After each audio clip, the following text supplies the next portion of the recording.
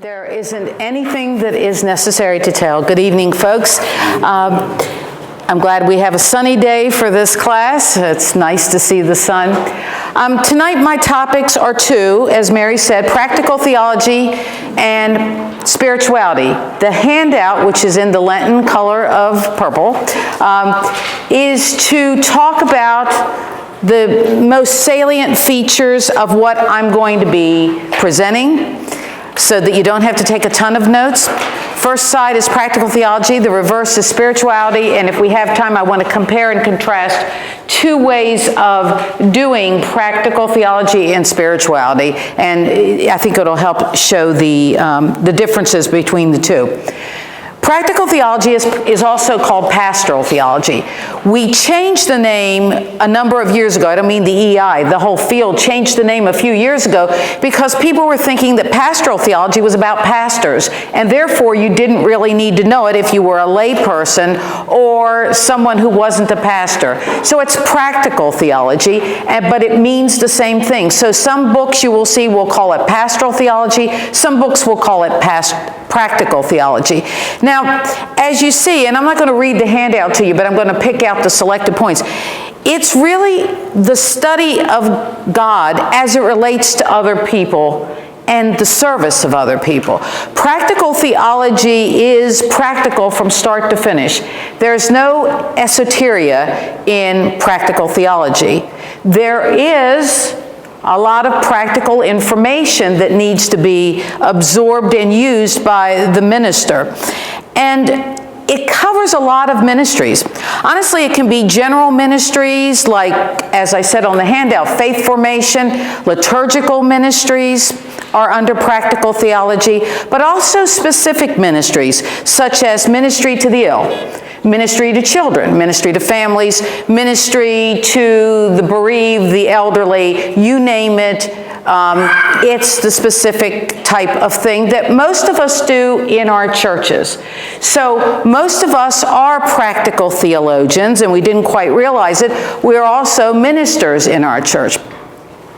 But the unique thing about practical theology, and I think the misinterpretation that most people have of the term, is that it's easy or it's kind of fluff, because it's not the systematic theology and it's not the biblical scholarship, and gee, holy moly, we don't need all this other stuff in this.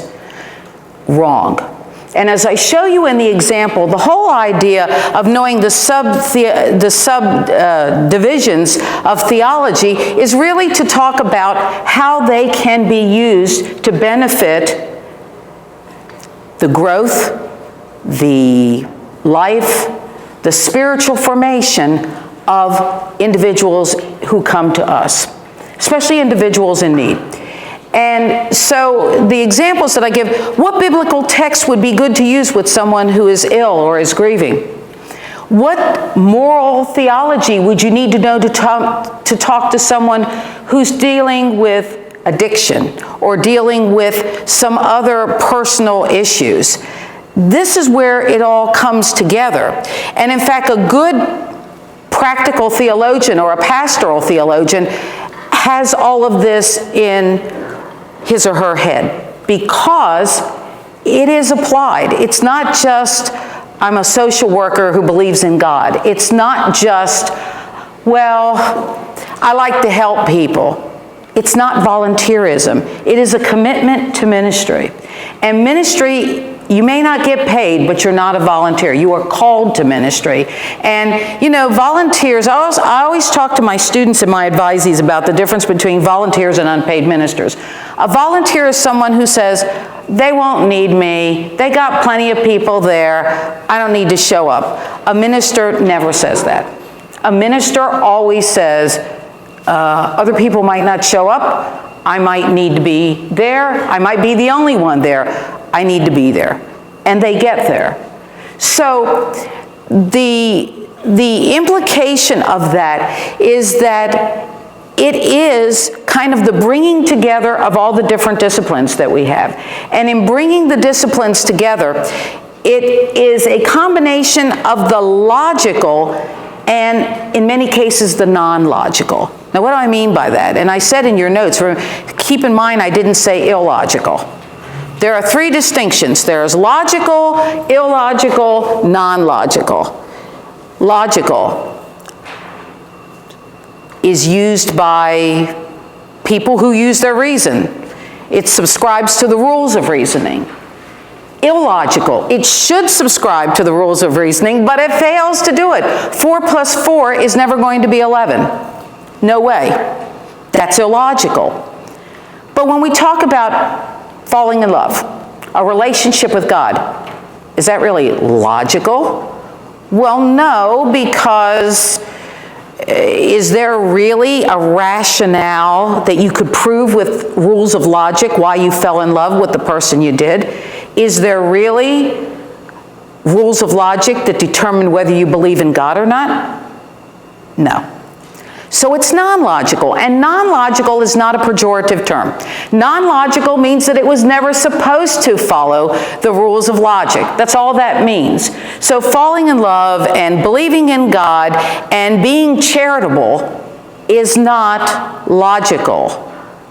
They're all good, but they don't subscribe to logic. Our society is one that in many cases, if you can't prove it, it doesn't exist. That's the way, especially many of our young people get around the bend about whether God exists or not. Well, I need to prove God's existence.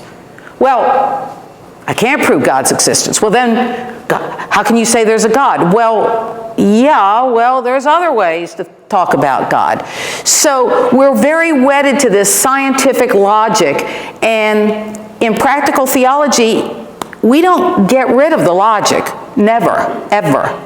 But we understand that the logic is tempered with the non-logical.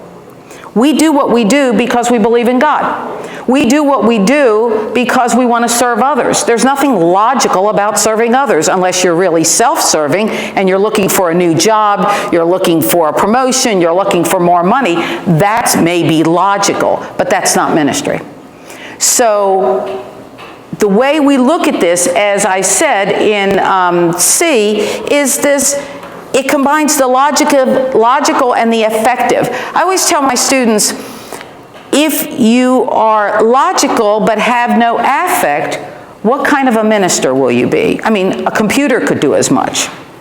If you are all affect and have no logic, what good are you? I mean, somebody comes to you and says, boy, do I have problems, and you sit there and cry with them, but you just say, I don't know what to do, but I'll cry with you. Well, sometimes that might be an appropriate response, but many times people come to us because they want more than just our crying with them.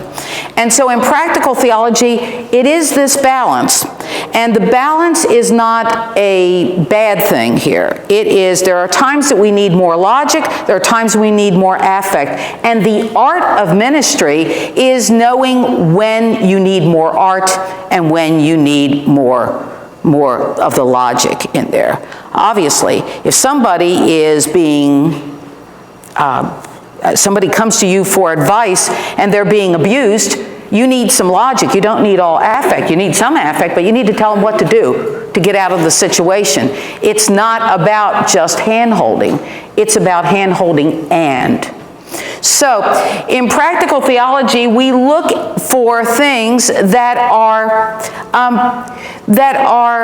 part of our Christian tradition, but can also be used, God-given gifts, to help people draw closer to God, to help people increase their love of God. So as I say in C2, which biblical text would be useful? Which biblical text would you use for someone in prison? You know, individuals who have prison ministries, some of the verses in Scripture just are hard for them to take. They're incarcerated. They've done some bad things. Similarly, someone who is grieving might say, don't tell me rejoice always. Again, I say rejoice. I've got nothing to rejoice about. My loved one is dead. How can you say rejoice? So, you know, there are 150 Psalms, and when my students take some of my courses, I say, you know, you need to get familiar with those Psalms. because those Psalms will talk about just about everything that goes on, whether it's joy, whether it's sadness, whether it's anger, whether it's God, where are you? In Psalm 22, my God, why have you forsaken me? It is, in fact, all there. But the art of ministry is knowing which one to use and when. It's not just, well, let's pick a psalm. And three, practice correctly. Practical theology represents a very informed level of ministry. Informed level. It doesn't do any good to say, I want to be part of a prison ministry if you've never read about what those who are incarcerated go through. Those who are incarcerated are experiencing the guilt that they have, the hopes, the dreams that have been dashed. It doesn't do you any good. To be an informed minister, you have to know a little bit more about prison ministry. And the academic part of practical theology are all the people who have done research and written about it so that we don't always have to reinvent the wheel. Reinventing the wheel is not necessary for any of us. Reinventing the wheel, pass this back to her. Reinventing the wheel is not necessary. But what's necessary for us is to open our eyes, our ears, and our hearts and minds, more importantly, to what's already out there. One of the biggest differentiations, and I've put it up here, it's other-oriented, and there's a small O there, which means other person, human being. It's other-oriented.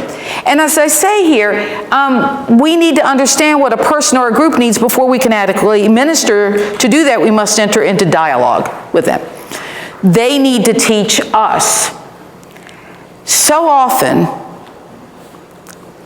committees in churches, individuals who are eager to minister, they decide what they're going to do. I'll tell you a story. A number of years ago, I worked at the Pediatric AIDS Clinic at Johns Hopkins. And every Christmas, we would adopt families and give them gifts. Often, even though the families told the employees of the hospital what gifts they wanted for their children, what gifts the family needed, people would buy whatever they wanted.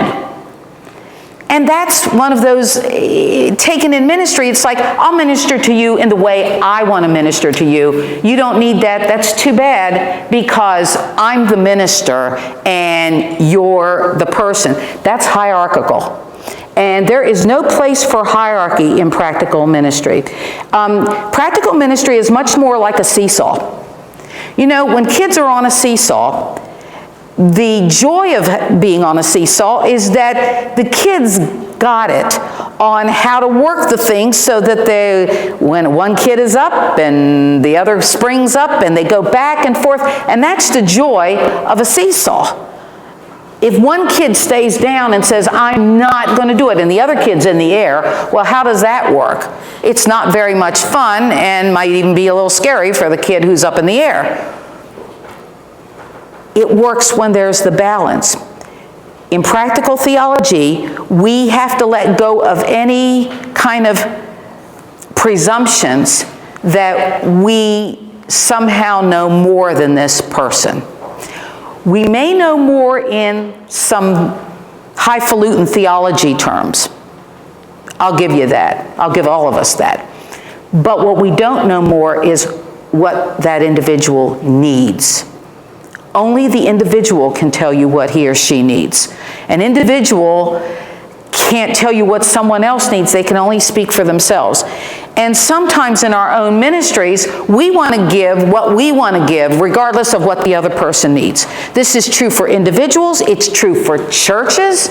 Sometimes churches minister to the poor in the area surrounding the church, but they're doing it on their terms, not on the terms of the people who are there.